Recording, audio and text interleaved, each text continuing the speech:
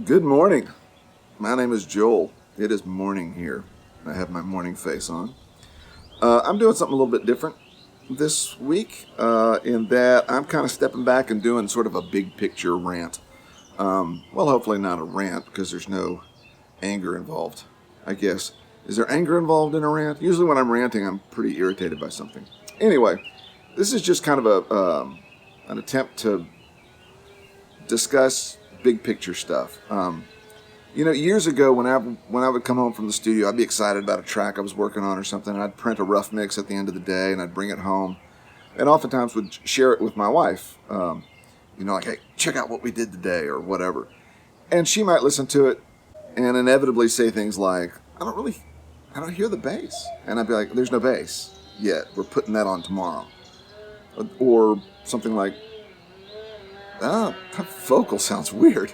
Well, that's just a guide vocal. That's not even the real deal. We're going to do that later, or whatever it is. She'd start picking it apart. Something would be weird. It was incomplete, whatever.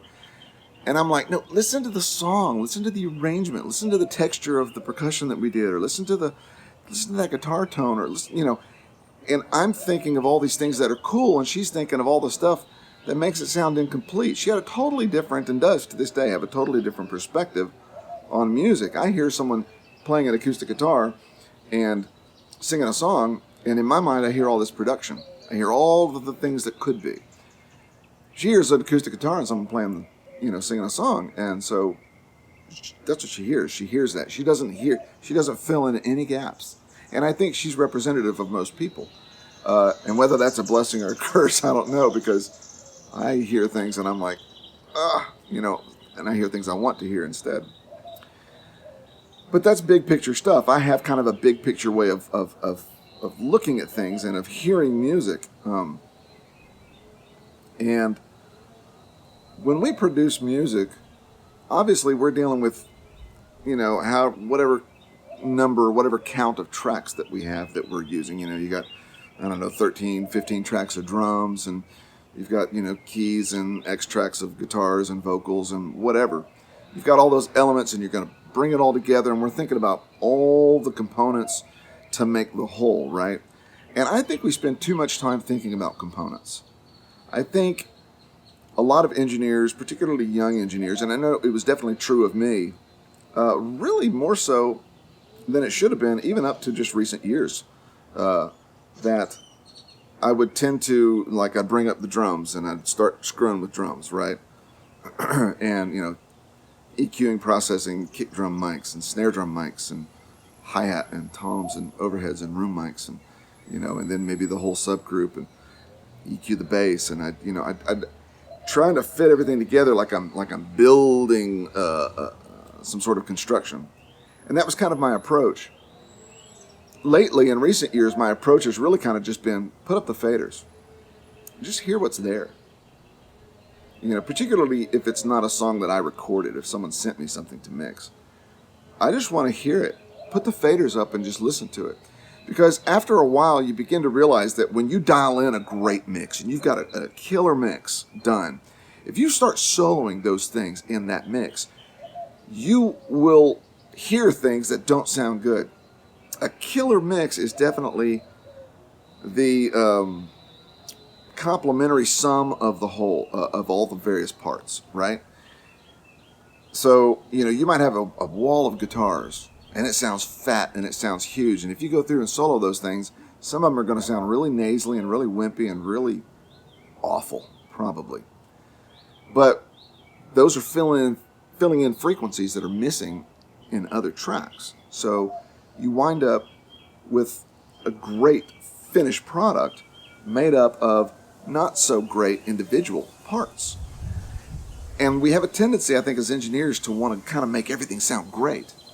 But when you put it together, it doesn't sound so great. You got a lot of things fighting. And too much low end overall, or too much whatever.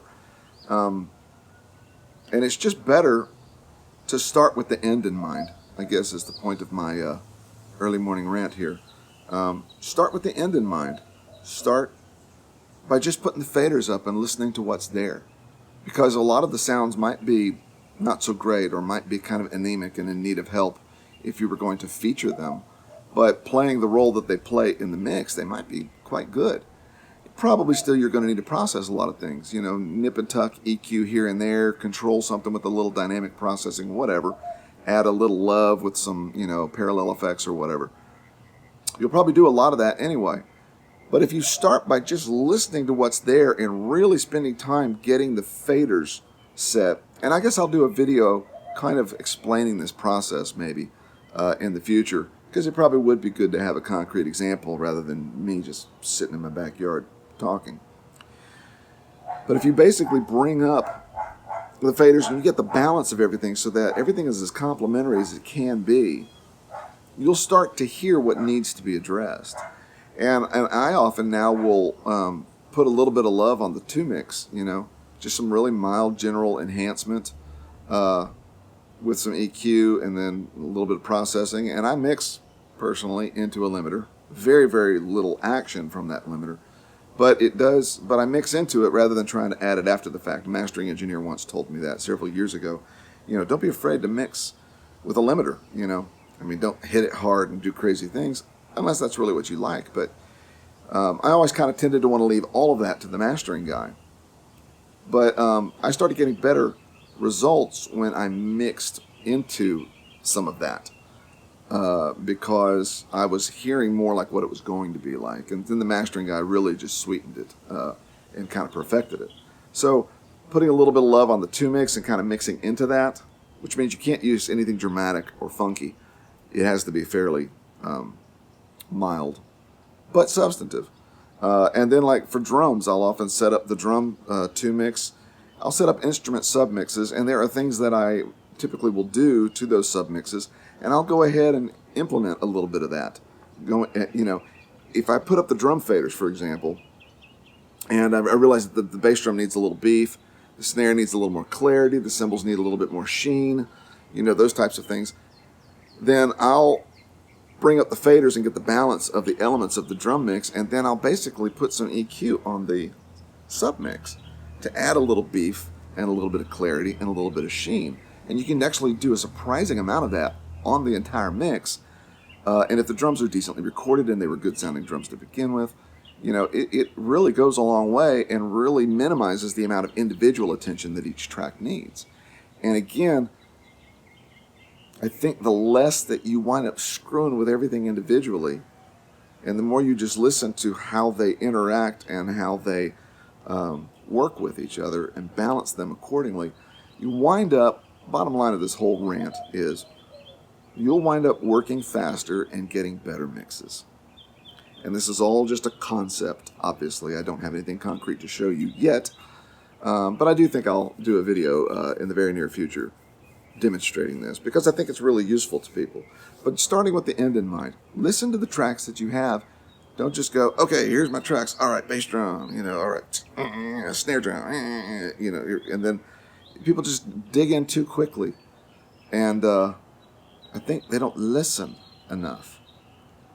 So I just, for veteran engineers, just a reminder, listen. For newer engineers, here's a lesson, an approach, maybe that you aren't familiar with or haven't tried. Listen, just listen to what's there first and see what you can do with levels to get everything to play well together. And you will notice the instruments, the signals that need to be tamed with little dynamics processing. You will notice the things that want or need more space perceived around them. You'll notice the things that are muddy and need to be cleared up.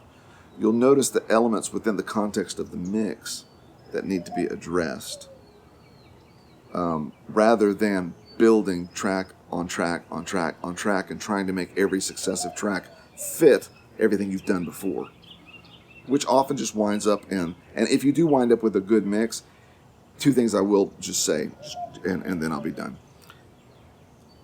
When I have wound up with what I consider to be a really, really good mix, taking that sort of individual approach, the overall mix might be a good mix, but it sounds processed. It doesn't sound as natural, which is not necessarily a bad thing. Sometimes processed sounds are very engaging and very cool. But it will sound processed. In my elder years, I really prefer things to sound more organic and natural. I just really do. And I get a better result by operating with the big picture approach. And what's the other thing? Oh, yeah, the other thing is that the mixes also tend to not feel as big. They sound more processed and they don't feel quite as opulent. They somehow feel more narrow. They feel a little quieter. And that's kind of a generalization, but it's a generalization that for the most part, simple majority of the time, fits the bill. It really does represent the otherwise good mix that I have. And when I listen to them, when I go back, and here's, okay, I lied. One more thing I'll say, and then I'll be done. Go back and listen to the records that excite you, the records that you love. And then ask yourself, what is it that you love about them? As an engineer, if you're an engineer, you probably love the way they sound, you think. But what was very eye-opening for me was that I would go back and listen to records that I loved when I was younger. And honestly, some of them sound quite awful. They really don't sound good.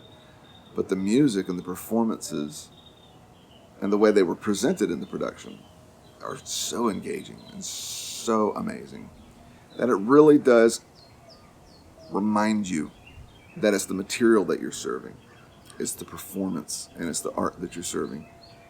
And we as engineers get caught up in the equipment and the sound, but the most pristine and exciting sound will leave a very flat record if the material isn't worth listening to. So don't get too wound up about the engineering side of things. If you're an engineer, go ahead and stay as big picture as you can. Serve the music, and don't get too myopic. And hopefully some future video will make better sense of this. Anyway, it's what's on my mind this morning, and I just wanted to capture it, so I thought I would. And if you're watching it, then I guess I thought it was worth sharing. So thanks for watching this. If you like this, please share it. And I'd appreciate it more than you know. Thanks. Hope to see you next time.